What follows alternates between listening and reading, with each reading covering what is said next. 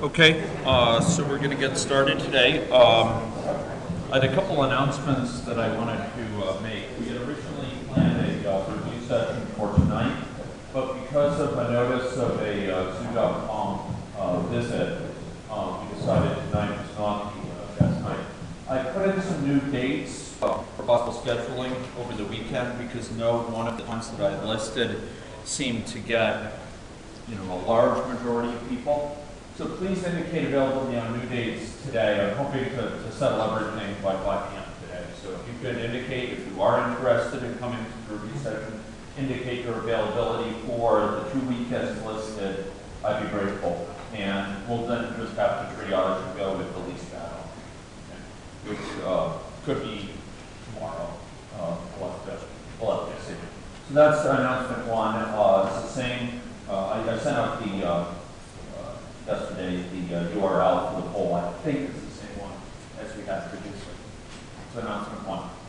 Announcement two is I also noted in that same email some opportunities for what are called USRAs, which are undergraduate summer research opportunities for undergraduates. The requirements are such that it's fairly stringent criteria, and it may be that not all of you will qualify right now this year, but I'd like you to be aware of this opportunity because it's a great way of getting involved in some of the really neat path-breaking research that goes on in the department. So there's a formal program by which you can apply for a scholarship of sorts for summer study doing research in the lab. And there's lots of opportunities that don't require a scholarship. So lots of faculty will hire summer students even if they don't go through the USRA program. But what this does is allow the faculty's money to go further. Maybe they can hire 3 students for the normal price of 1.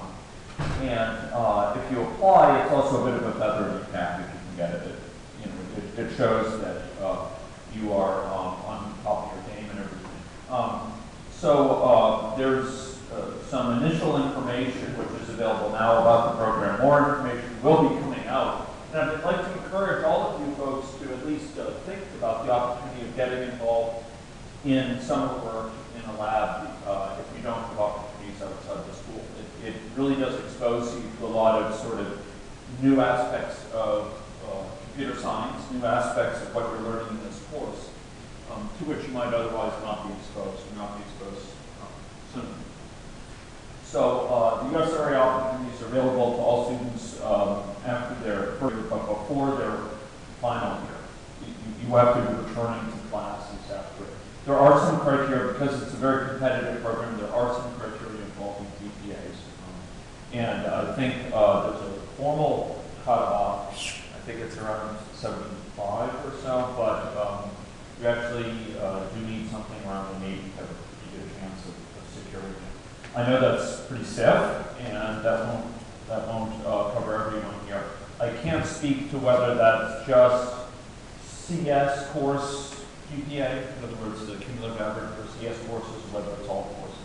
I'm not quite sure about that yet, but there is a cutoff there.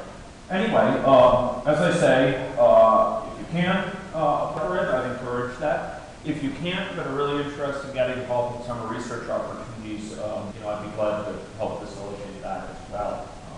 There's a number of people around the department that will be hired.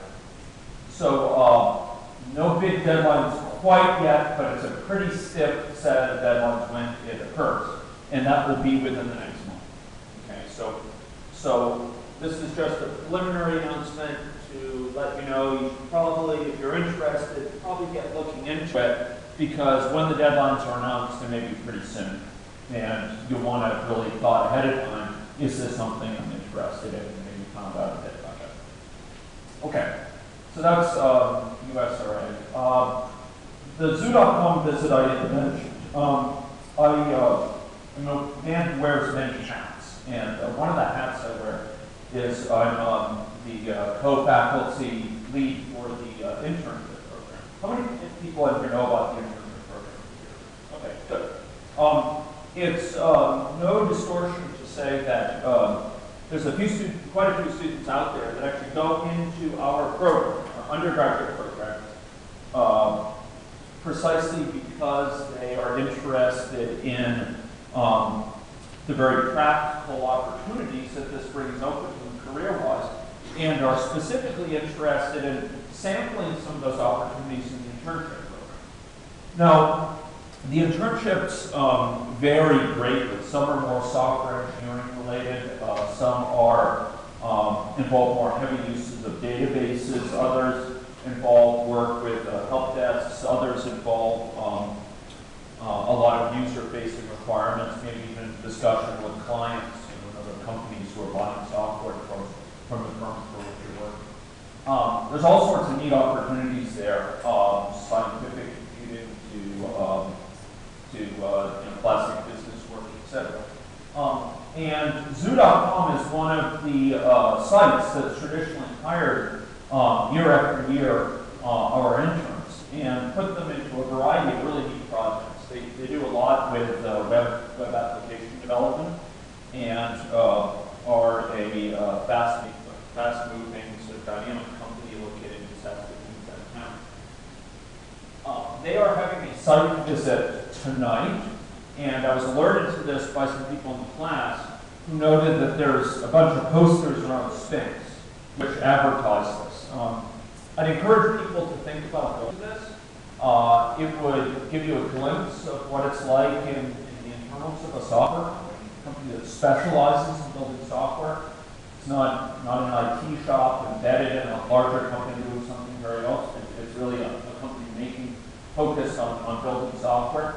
And they have a variety of really impressive best practices and built up institutional knowledge in this area. And a visit there might give you a glimpse of this. It might also, if those of you are thinking about an internship placement, which wouldn't be this year because it's open to third-year students, but next year, for those who are in the four-year computer science program or four-year honors, one of the honors programs, that would leave you open to doing an internship next year. And you might learn something about Zoo right now that would, convince you that it is a place you'd like to work or that you'd like to look at other options. So if you do have a chance to go, it's a great opportunity because of that. While I planned for tonight to hold the review session, I'm going to do that another time. So please think about going to the Zoo visit. Final point I wanted to make, some of you worked on Lab 10 on Tuesday, and I was alerted partway through that process to an intermittent bug which was occurring on GDB, the GDB debugger, the GNU debugger on TuxWorld systems. And specifically, there was a bug that was, as I said, intermittent. It was not easy to reproduce every time, whereby when you did a backtrace command, backtrace full command, what was the function of this program? Who did the lab of mistake? What does backtrace do? Yeah. Exactly. So it shows you the call stack, the set of activation records, the set of stacked frames. These are different words that all refer to the fact that when foo calls bar and calls baz, which in turn calls zap, we have something, a stack. You folks have seen stacks in 270 or in, where did you see them? 115? Yeah, okay. So here we have foo. The information on foo is here at the lowest level of the stack. Then we have bar, right? And then we have baz, and then we have zap here. What sort of information is stored in each of these activation records? So when foo calls bar, this one gets created. When bar calls baz, this one, and when baz calls zap. What sort of information is stored here? Yes, the location to which to return. So that's a key thing here. So there's actually a return return location. Now that's pretty transparent to you as a C programmer. You don't actually really interact with that, except if you're going to do some really wacko stuff, which is possible, but it's not going to be hard. But what other things might you, so as a C programmer, you don't really pay much attention to this, it just happens. It goes back to the right place in foo when you return from bar. But what other things are stored there? The arguments that are passed. So maybe, you know, bar takes in an int, a, and a double d, or something like that. Bad names, but will suffice for the moment. It actually serves to reinforce this point, but I'll add 10. So here, if this is the, and I'll kind of move these big words out of here so that we have room to draw this information. So here in bar, if this is what bar takes, maybe it's been passed for A, it's been past the 10. And maybe for the double, it's been passed, you know, 3.14159, well, so on. And those values will actually be stored on this stack. It'll be stored for the activation record of bar. This is important. It's not so much that those are associated with bar per se. It's associated with this particular call to bar. Maybe later, there's a recursive call. Oh, that's really interesting. Yeah, intellectually, it can't be that exciting. Mark my words. I think it actually stayed up there. As they would say when I was young, hot diggity dog. Yeah, right. The airplane hangar is nothing on that, right? Not if there was chalk in the ceiling. I'm not going to try. Okay, so each time you call bar, it may have different parameters associated. Maybe later on, Zap, in a fit of caprice, calls bar, and it calls it with 11, and it calls it with, you know, 2.714 or something like that. So here, this might be another call to bar up there, and each particular call kind of stores its own proper formal parameters. The arguments for its formal parameters on the stack, because it's probing those particular ones, and it returns. So if you've ever wondered, how many people in here have seen factorial? Yeah, okay, great. Welcome to computer science. So, for better or for worse. So factorial, each call to factorial has to remember, you know, it's the value of what is being asked to take factorial, n, right? Factorial n then calls factorial n minus 1, calls factorial n minus 2, and that's going to look like here. You know, you're going to have, if I call fact of 5, right, with n equals 5, there's going to be my return value here, my return value, and then there's going to be a 5 here, and then I'm going to call it with, it's going to be a return value, which I haven't shown over there, and then a 4 for n equals 4. So here we're calling fact of 5. Well, I'll just write it this way. Fact of 5, and here's the activation record for fact of 4, and that's going to call up to fact of 3, and here's some return value of 3. And typically we leave out these guys because they're kind of always assumed to be the case. And so for a lot of diagrams of the call stack for programmers, we leave them out because they're kind of in the background. We don't really interact with them. And then similarly, that's going to call it with 2, and call it with 1, and call it all the way up to 0. And at that point, it's going to start returning, right? It's going to return 1. It's not going to call fact of minus 1, at least not if it's a same version of it. It's going to have the base case of 0. Fact of 0 is good. And so this is going to then return, and it's going to pop that off the stack, and then eventually this guy's going to return, and this guy's going to return, and it goes all the way down, just like that, right? So each one of these keeps track. So food here calls var with these particular parameters. And other things get stored there besides the values of parameters. Parameters are perhaps the most important ones, okay? And in case of C, they always get pushed in this order. So you can have variable numbers of arguments, things like print it. But that's aside. So what else is stored in here besides formal parameters? Well, it turns out local variables. Like if foo has inside of it an int because it has a for loop or something like that, that actually goes here as well. Okay, the value of that guy lives on the stack, we say. Okay, so maybe there's some int for some value I, and it's the value of something in a loop, and this is changing over. That's all living on the stack. It lives on the stack, and it dies on the stack. When it returns, it all disappears.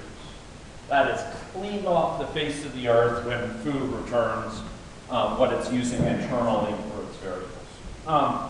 So this is a useful thing to have in mind. And in fact, in the review session, we'll be talking about this a little bit. It will also probably come up next time, in the next lecture. So it's good to have this in mind. So what was going on for Lab 10?